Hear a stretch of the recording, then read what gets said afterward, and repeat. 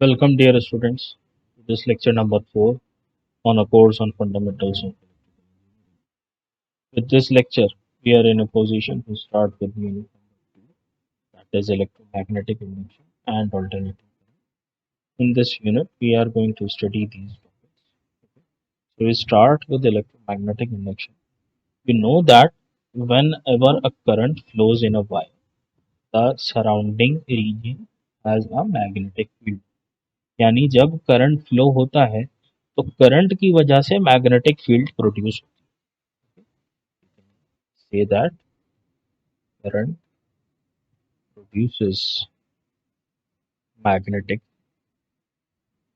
और करंट क्या है? Basically it is the rate of flow of charges, rate of flow of charges.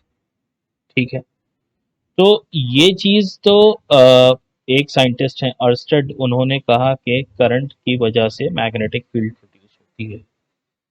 फिर scientist ने ये जानने की कोशिश की क्या मैग्नेटिक फील्ड की वजह से भी करंट प्रोड्यूस होता है। तो हाँ, ये मालूम किया। ये जो है माइकल फैराडे ने, सबको मालूम है माइकल फैराडे एक बड़े साइंटिस्ट हुए हैं। उन्होंने ये प्रूव किया कि जब भी मैग्नेटिक फील्ड चेंज होती है, यानी अ changing magnetic field will produce an electric current, and this phenomenon is known as electromagnetic induction.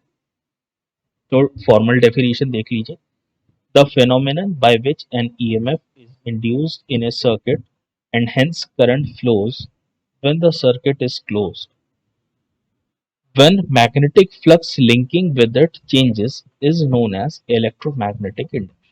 तो बेसिकली कहना क्या चाह रहे हैं, ये डेमोन्स्ट्रेशन है इलेक्ट्रोमैग्नेटिक इंडक्शन कि we have a current carrying sorry we have a coil of wire, ठीक है, और साथ में हमने एक मैग्नेट ले रखी है, ठीक है, और वायर असेंबली को हमने कनेक्ट कर रखा है एक गैल्वेनोमीटर से।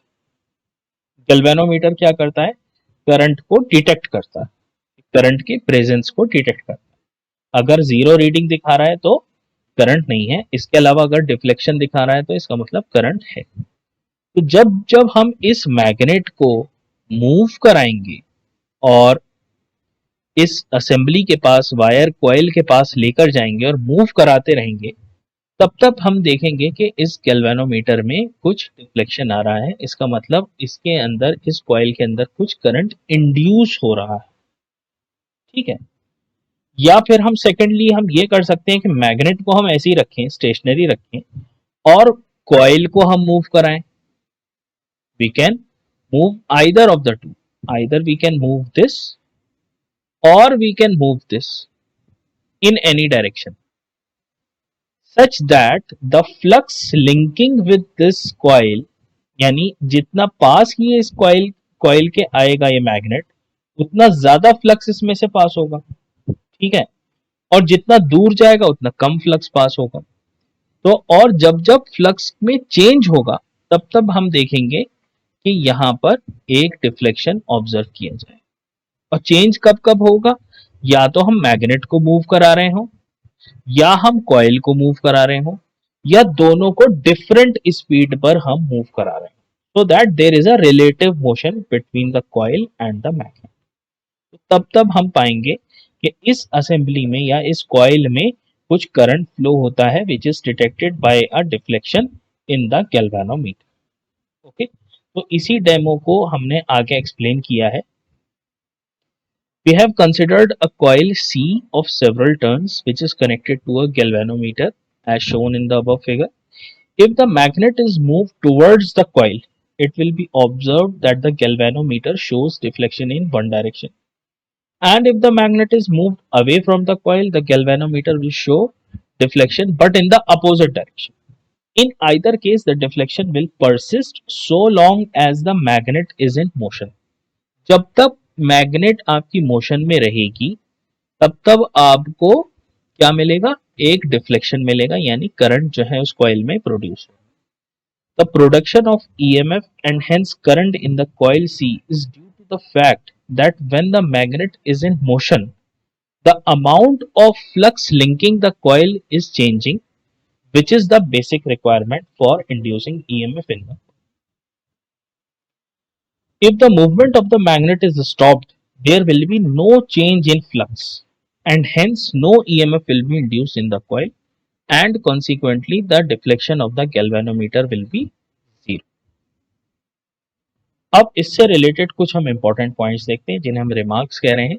तो बेसिक रिक्वायरमेंट हमने ये पाया that the basic requirement for inducing EMF in a coil is not the magnetic flux but the change in the magnetic flux linking the coil. No change in flux means no EMF will be induced in the coil. The change in flux linking the coil can be brought about in two ways. Conductor is moving and magnet is stationary, जैसा कि DC generators में होता है, और conductor is stationary but the magnetic field is moving, जैसा कि AC generators में होता है. The product of number of turns of the coil and the magnetic flux linking the coil is known as flux linkage, और इसको हम lambda से denote करते हैं. इसी का एक डेमोन्स्ट्रेशन वीडियो आप देख सकते हैं यहाँ पर क्लिक करके. डेमो वीडियो पर आप क्लिक करेंगे, यहाँ पर एक ये लिंक है, जब आप अपने फ़ोन में आएंगे तो यहाँ पर आप क्लिक करके देख सकते हैं और एक आपका जो है कह लीजिए एक लिंक ओपन हो जाएगा. ठीक है, तो अभी वो मैं यहाँ पे आपको नहीं दिखा रहा हूँ ओपन करके. You can see yourself, there is a demonstration video. Okay, so next हम आते हैं Faraday's laws of electromagnetic induction पर. फर्स्ट लॉ क्या कहती है? फर्स्ट लॉ कहती है कि whenever there is a magnetic flux linking a conductor that is changing and EMF will be induced in it. तो पहली लॉ तो ये कहती है कि जब जब मैग्नेटिक फ्लक्स चेंज होगा जो कि किसी कंडक्टर से या कॉइल से लिंक कर रहा है, तब तब इलेक्ट्रोमैग्नेटिक इंडक्शन होगा और उस इलेक्ट्रोमैग्नेटिक इंडक्शन की वजह से एक ईएमएफ उस कंडक्टर में इंड्यूस होगी. सेकंड लॉ आपको फॉर्मूला बताती है, मैग्नीट्यूड देती है. तो सेकंड लॉ क्या कहती है? That the magnitude of the induced EMF will be the product of number of turns of the coil and the rate of change of the flux. ठीक है, नेक्स्ट हम आते हैं लेंज लॉ पर. Lenz law क्या कहती है? Lenz law आपको बताती है direction of induced EMF. Faraday's law ने सिर्फ मैग्नीट्यूड बताया, लेंज लॉ डायरेक्शन भी बताती है. और लेंज लॉ कहती है कि इंड्यूस्ड ईएमएफ का डायरेक्शन ऐसा होगा कि वो उस चेंज को अपोज करेगी जिसकी वजह से वो इंड्यूस हुई. फिर से समझिए, the direction of induced current or EMF is such that it opposes the very cause that has produced it. Lenz law is incorporated in the form of a negative sign that appears in the above equation as follows: minus n delta phi by delta t. इससे related भी एक demonstration video है, आप उसको देख सकते हैं कि कॉपर ट्यूब में से मैग्नेट को गिराया जाता है तो आप ये पाते हैं कि मैग्नेट धीरे धीरे गिरती है. उसका रीजन ही है इलेक्ट्रोमैग्नेटिक इंडक्शन और लेंज लॉ. ठीक है, नेक्स्ट हम देखते हैं फ्लेमिंग्स राइट हैंड रूल. ये आपको बताता है डायरेक्शन ऑफ इंड्यूस्ड करंट. ठीक है, ये बताता है कि अगर आप फिंगर्स को म्यूचुअली परपेंडिकुलर डायरेक्शन में आप स्ट्रेच करें such that the index finger is pointing towards the magnetic field and thumb is pointing towards the direction of motion, then the four finger will point towards the direction of the induced current. ये हो जाता है Fleming's right hand rule. Next हम आते हैं dynamically induced EMF. ये क्या होती है? ये वो ईएमएफ है जब कंडक्टर मूव कर रहा है लेकिन मैग्नेटिक फील्ड क्या है? वो स्टेशनरी. तो ये कोई कंडक्टर है सी जिसका हम क्रॉस सेक्शन देख रहे हैं. मान लीजिए एक रॉड हो सकती है, ठीक है ना, इट इज अ रॉड, लेकिन हम क्या देख रहे हैं? उसकी लेंथ नहीं देख रहे हैं, उसका हम क्रॉस सेक्शन देख रहे हैं. तो हमें सामने से ये एक सर्किल नजर आ रहा है and it is moving in this magnetic field at a velocity v and at an angle theta with respect to the magnetic field. तो इसके अंदर जो इंड्यूस्ड ईएमएफ होगी उसको हम कहेंगे dynamically induced EMF and it will be given by this form BLV sin theta. अगर यही कंडक्टर परपेंडिकुलरली मूव कर रहा होता तो क्या होता, थीटा की वैल्यू क्या होती 90 डिग्री और मैक्सिमम डायनेमिकली इंड्यूस्ड ईएमएफ हमको।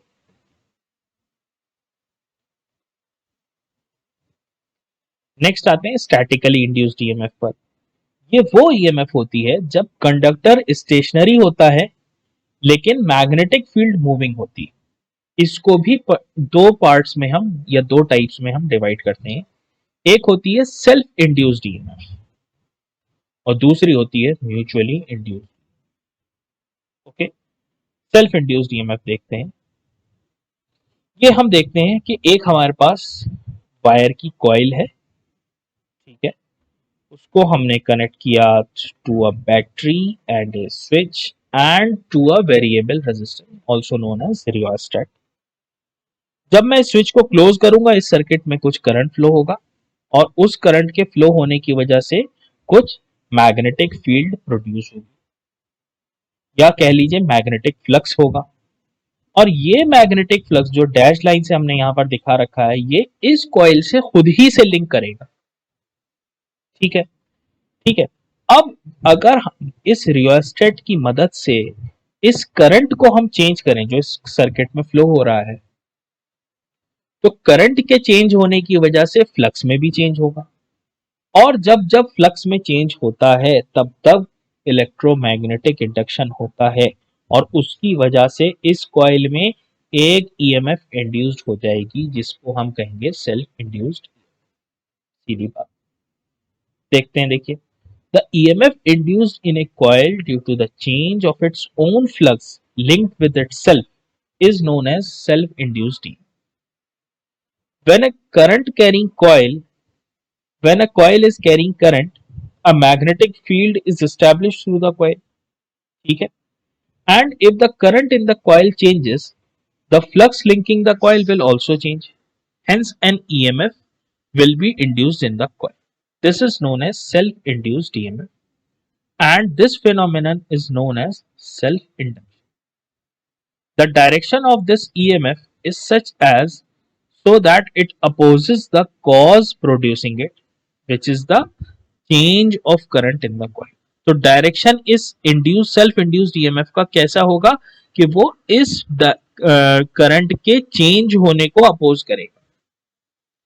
और सेल्फ इंड्यूस्ड ईएमएफ कब तक रहेगी? Self induced EMF will persist so long as the current in the coil is changing.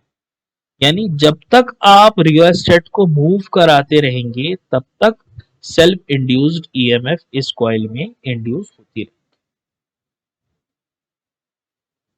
इससे रिलेटेड कुछ पॉइंट्स हम देख लेते हैं। When a current in a coil changes, the self-induced EMF opposes the change of the current in the coil. This property of the coil is known as self-inductance or simply inductance and is denoted by this symbol L. The self-induced EMF and hence inductance does not prevent the current from changing. यानी current को change होने से तो नहीं रोक पाएगी, लेकिन वो जो अपोजिशन है वो कैसे नजर आएगा कि करंट फौरन चेंज नहीं होगा, current will change with a delay. Okay, तो अगर हमने इस सर्किट में एक एमीटर लगा रखा होता, यहां पर एक एमीटर मैंने लगा रखा होता जिसमें एक मेरे पास पॉइंटर होता, ठीक है, ये एक एमीटर है, ठीक है, और मैं जब इसमें रेजिस्टेंस को इस रियोस्टेट को चेंज करूंगा तो मुझे फौरन डिफ्लेक्शन नहीं नजर आएगा, कुछ डिले के साथ वो डिफ्लेक्शन मुझे नजर आएगा क्योंकि यही वो अपोजिशन जो आपको इंडक्टेंस दे रही है, यानी करंट के चेंज होने को वो रोकना चाहती है।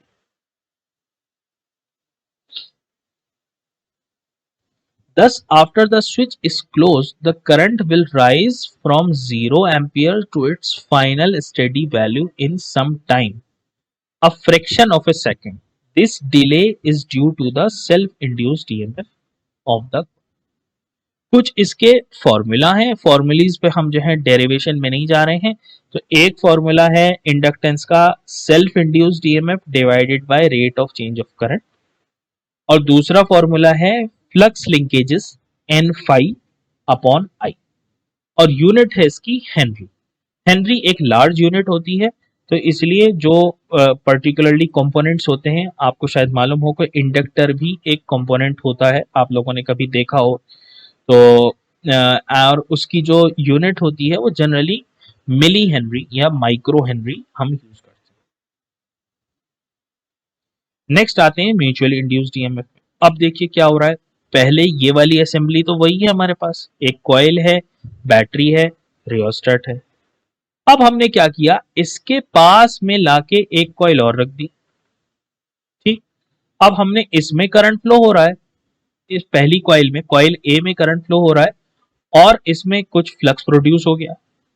अब क्योंकि ये कॉइल बी पास में ही रखी हुई है, वही फ्लक्स कॉइल बी से भी पास हो रहा है। ठीक है, अब हम क्या करते हैं कि रियोस्टेट को चेंज करते हैं, रियोस्टेट का स्लाइडर हम मूव कराते हैं। तो क्या पाएंगे कि करंट, तो इसमें जो करंट चेंज होगा उसकी वजह से ये फ्लक्स चेंज होगा, लेकिन ये फ्लक्स जो इस कॉइल से तो लिंक कर ही रहा है, खुद से तो लिंक कर ही रहा है कॉइल ए से, साथ ही साथ किससे लिंक कर रहा है, कॉइल बी से भी लिंक कर रहा है।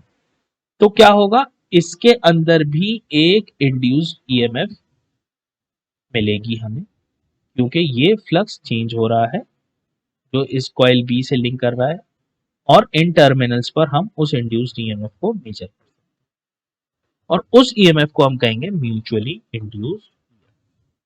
ओके, नेक्स्ट इसको हम देख लेते हैं टेक्स्ट के फॉर्म में। The EMF induced in a coil due to the changing current in the neighbouring coil is called mutually induced EMF. Consider two coils A and B placed adjacent to each other as shown in the figure. A part of the magnetic flux produced by coil A passes through or links with the coil B. This flux, which is common to both the coils A and B, is called mutual flux phi M. ठीक है? If the current in coil A is varied, the mutual flux also varies, and hence EMF is induced in both the coils. ठीक है, लेकिन coil ए में क्या होगा, coil ए में self induction होगा, क्योंकि वो उसी कॉइल का करंट है, उसी कॉइल का फ्लक्स है। और कॉइल बी में क्या होगा, म्यूचुअल इंडक्शन होगा। तो यही बात कह रहे हैं, the EMF induced in coil is called as self induced EMF as already discussed, and the EMF induced in coil B is known as mutually induced, and this phenomenon is known as mutual induction. ठीक है, इससे related कुछ remarks देख लेते हैं।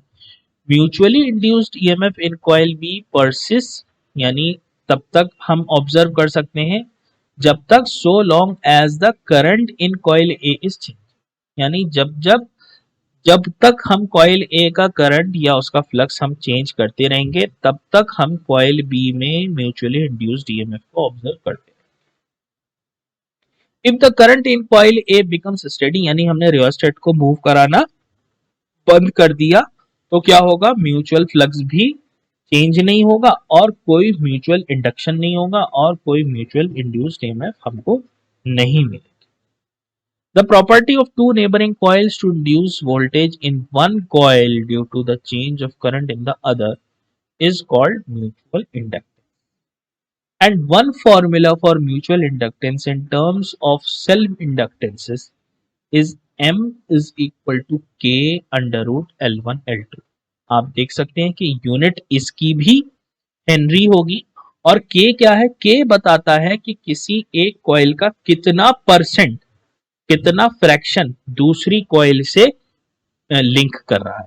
मान लीजिए कि अगर एक हमारे पास जो फर्स्ट कॉइल है उसमें जो फ्लक्स प्रोड्यूस हो रहा है वो फाई प्रोड्यूस हो रहा है, या फाई ए हम कहते हैं, फाई ए प्रोड्यूस हो रहा है, लेकिन कॉइल बी में जो हमारे पास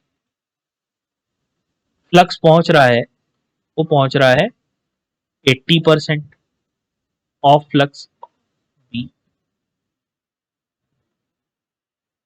sorry,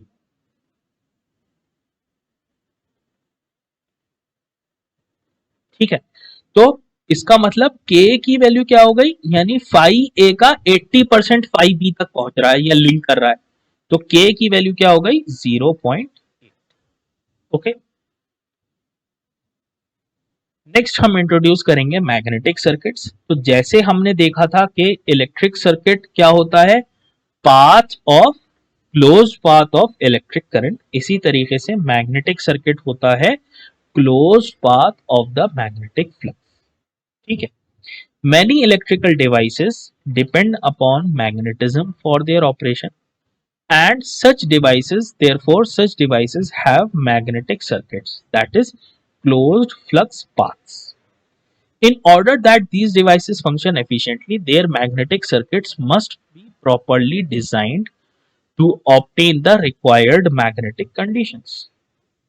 In the following discussion, we will focus on main quantities pertaining to magnetic circuits.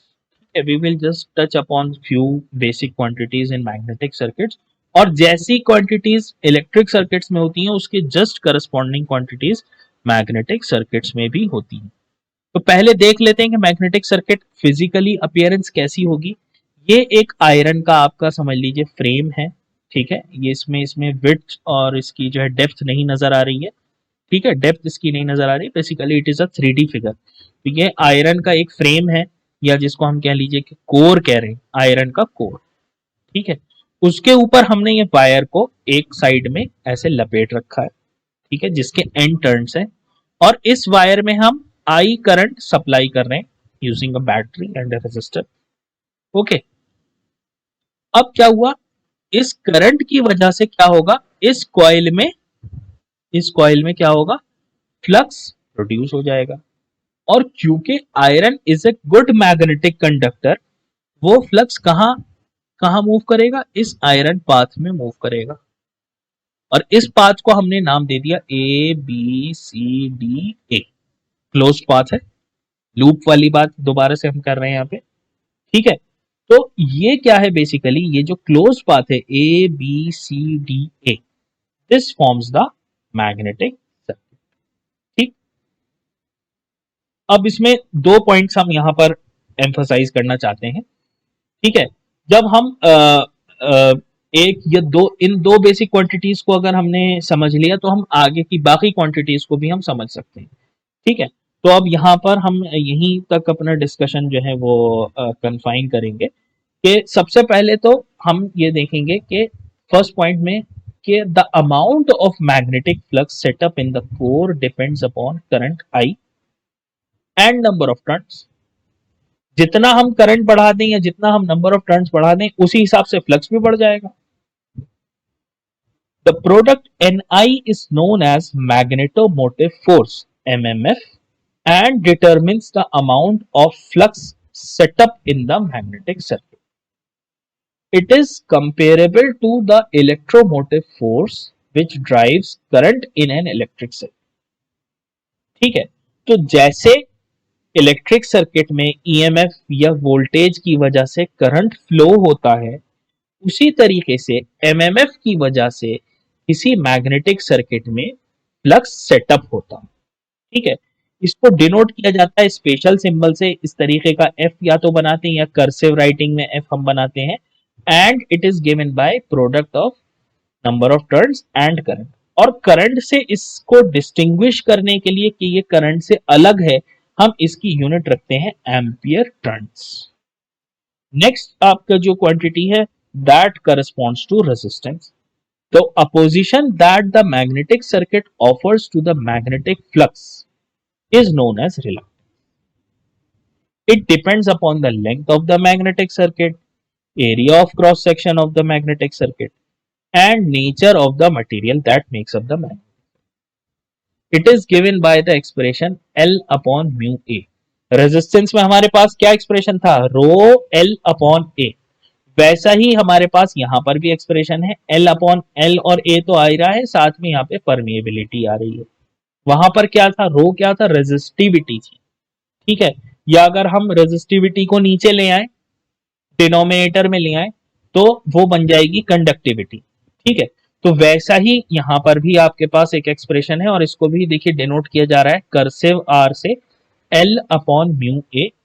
और अगर आप ओम्स लॉ समझ गए हैं इलेक्ट्रिक सर्किट्स के लिए, तो अब आप ओम्स लॉ लिख सकते हैं मैग्नेटिक सर्किट के लिए भी। ओम्स लॉ का हमने एक्सप्रेशन लिखा था V is equal to I R. अब V के करस्पॉन्डिंग यहां पर क्या है हमारे पास, एम एम एफ। और फ्लक्स के करस्पॉन्डिंग क्या है, सॉरी करंट के करस्पॉन्डिंग क्या है हमारे पास, फ्लक्स। और रेजिस्टेंस के करस्पॉन्डिंग क्या है हमारे पास, रिलक्टेंस। तो हमने ये लिख दी Ohm's law for magnetic circuits. ठीक है। और जब हमने ये लिख दी तो रेजिस्टेंस को हम कैसे लिखते हैं, V अपॉन आई। तो हम रिलक्टेंस को कैसे लिख देंगे, F अपॉन। तो यहां पर ये मैग्नेटिक सर्किट्स का जो डिस्कशन है वो यहीं तक था। और इस इन फॉर्मूले से रिलेटेड छोटे छोटे क्वेश्चंस जो हैं वो मैंने यहाँ पर पोस्ट किए हैं, वो आप लोगों को सॉल्व करने हैं। तो hopefully you will solve and you will follow. Okay, thank you.